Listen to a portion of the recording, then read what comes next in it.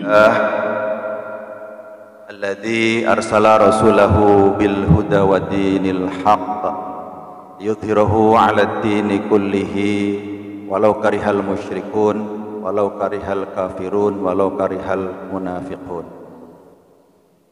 Asyhadu an la ilaha illallah wahdahu la syarikalah wa asyhadu anna Muhammadan abduhu wa rasuluhu la nabiyya ba'dah.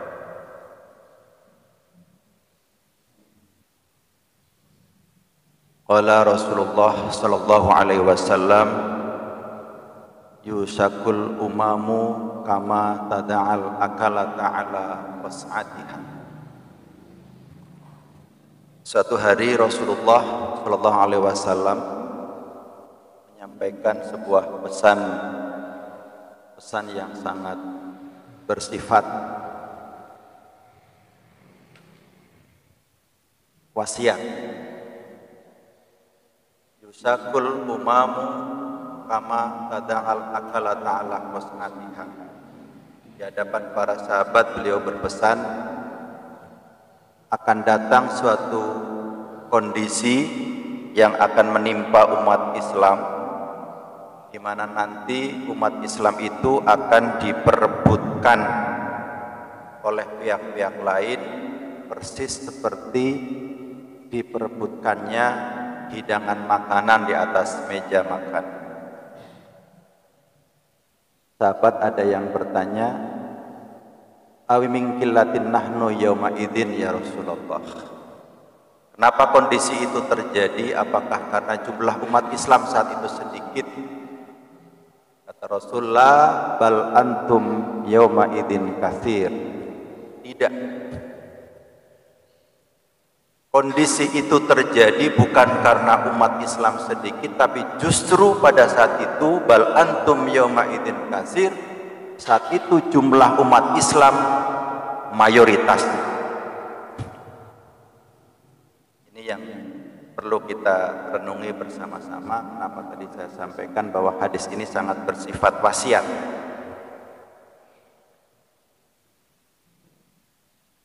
Kemudian ada satu kitab selain hadis ini yang ditulis oleh ulama besar yang berjudul Limadza ta'akhkharal muslimuna wa taqaddama ghairihim. Judul kitab itu. Judulnya adalah pertanyaan.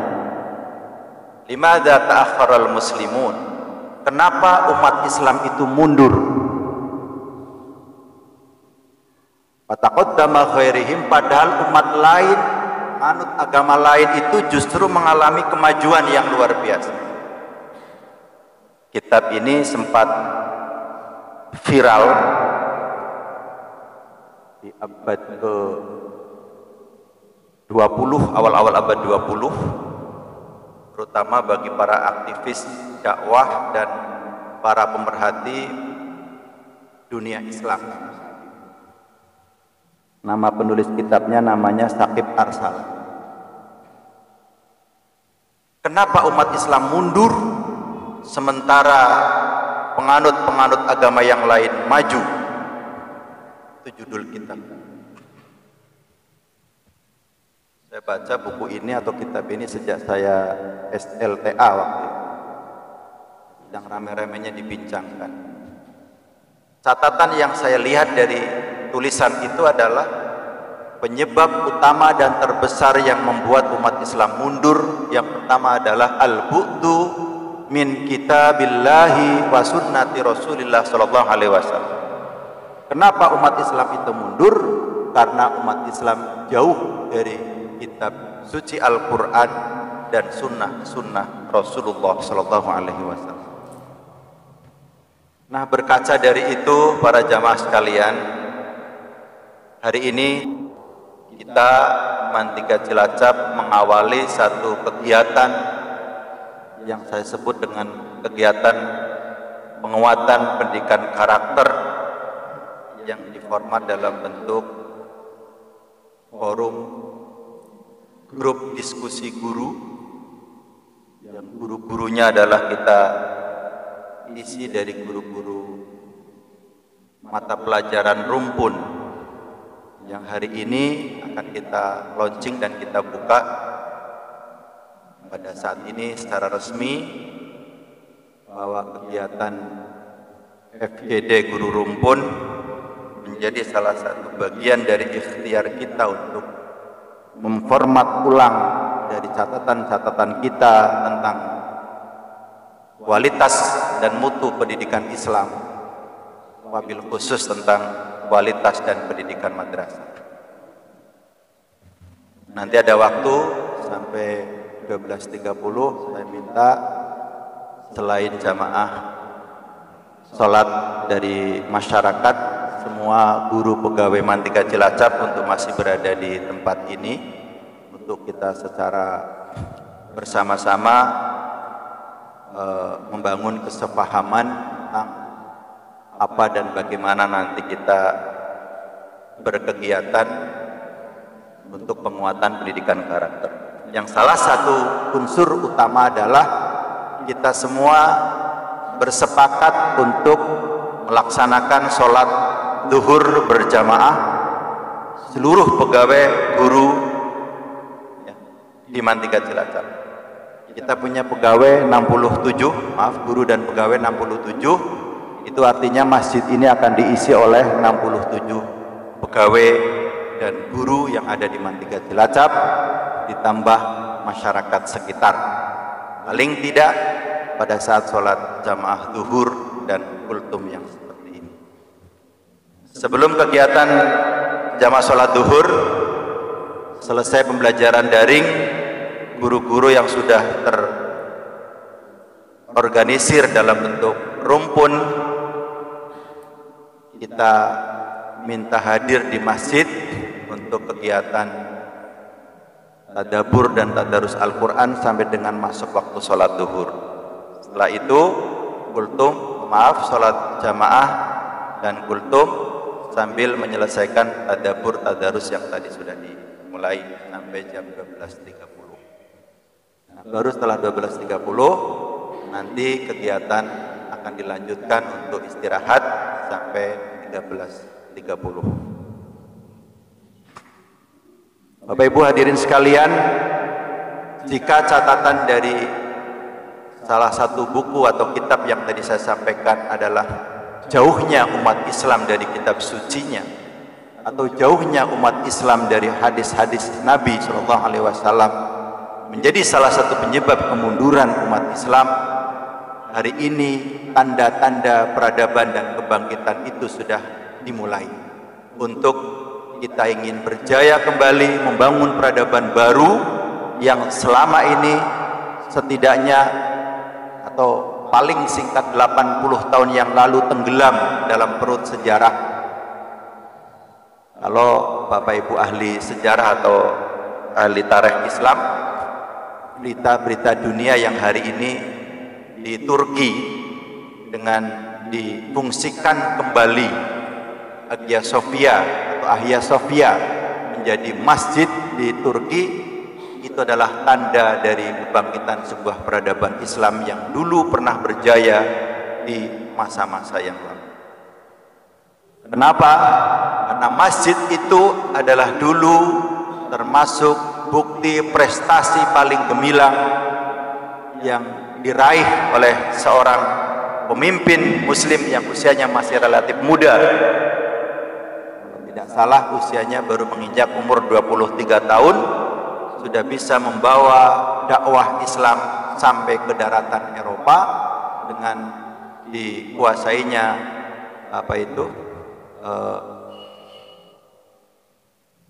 yang hari ini menjadi masjid atau kemarin-kemarin difungsikan sebagai museum oleh Kamal Ataturk yang dulu telah mengalihkan dari kejayaan Islam di masa Muhammad Fatih, kemudian dikuasai oleh Kamal Ataturk menjadi Turki yang sekuler, di mana saat itu ucapan adzan pun diganti dengan bahasa Turki, kemudian simbol-simbol agama apapun dijauhkan dari keberagamaan, dan sampai masjid saat itu pun diganti atau dialihfungsikan menjadi museum. Dan semenjak beberapa pekan yang lalu, museum itu telah dialihfungsikan kembali menjadi masjid, dan sejarah atau kita semua mata dunia memandang ini adalah sebuah kejadian besar dan luar biasa. Tentu pro dan kontra akan selalu ada. Bagi yang setuju akan menyambut dengan penuh syukur difungsikannya kembali museum yang dulunya adalah masjid, jadi tempat ibadah menjadi masjid. Dan yang menarik, museum atau masjid itu memang silih berganti pernah difungsikan oleh umat Kristen Ortodok, kemudian oleh umat Islam, kemudian menjadi museum, sekarang menjadi masjid kembali. Ini menjadi satu fase sejarah yang terutama generasi muda saat ini harus mengenal itu semua, supaya kita bisa melihat kebesaran dan kejayaan peradaban Islam di masa lalu. Para jamaah sekalian, Allah menjanjikan dalam salah satu nas Al-Quran, di mana diutusnya Rasulullah Shallallahu Alaihi Wasallam dalam muqaddimah yang saya sampaikan tadi, tujuannya adalah yudhirahu ala dini kullihi walau karihal kafir, agar agama Islam ini diidharkan, dijelaskan kepada banyak pihak bahwa Islam ya'lu wala yu'la alaih. Islam itu adalah sebuah sistem, sebuah peradaban tinggi yang tidak ada yang melebihi ketinggiannya dari peradaban Islam ini.